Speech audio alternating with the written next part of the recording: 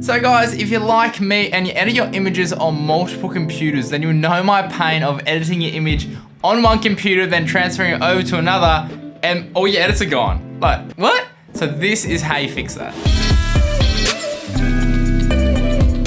So when you're in Lightroom, head to either Edit Catalog Settings or Lightroom Classic Catalog Settings. Then click on the Metadata tab. Then tick Automatically Write Changes into XMP.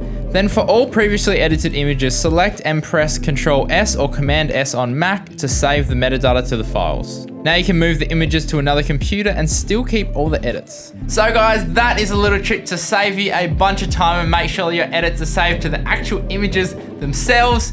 If you like this one, consider liking and subscribing. And as always, stay creative and just be you. See ya.